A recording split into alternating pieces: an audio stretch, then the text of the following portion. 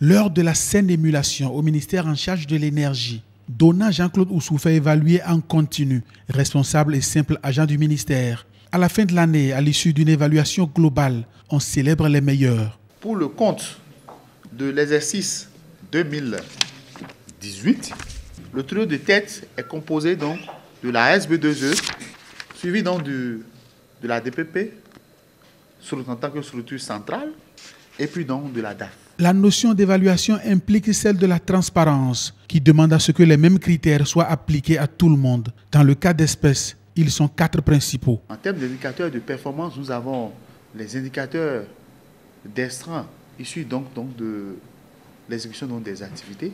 Nous avons les différents niveaux d'exécution physique et d'exécution financière, donc là du PTA des différentes structures. Ce paquet constitue donc là les indicateurs de performance donc de la structure. Le deuxième critère d'appréciation, c'est les indicateurs donc de management, qui apprécient de quelle manière le responsable de structure et ses collaborateurs, le responsable de structure en tête bien sûr, a managé sa structure.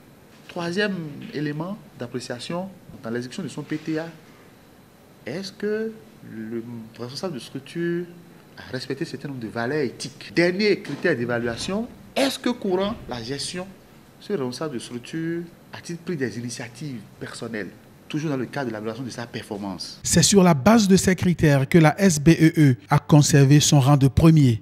Dès que la lettre de mission de 2018 a été accordée, il a été question de décliner cette lettre de mission en contrat d'objectif pour toutes les directions de la SBE.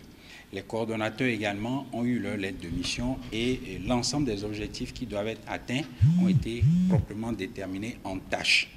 Celui qui a mis en place ce processus d'évaluation défend sa méthode.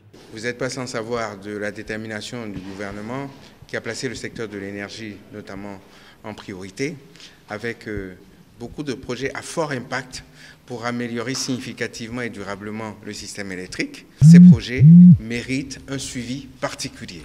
Ce suivi particulier passe par le fait que nous ayons mis en place un processus de désignation des coordonnateurs de ces projets.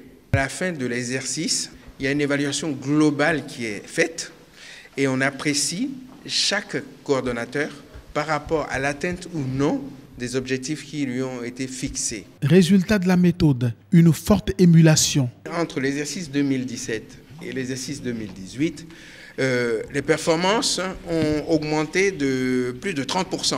La méthode donne donc déjà des résultats.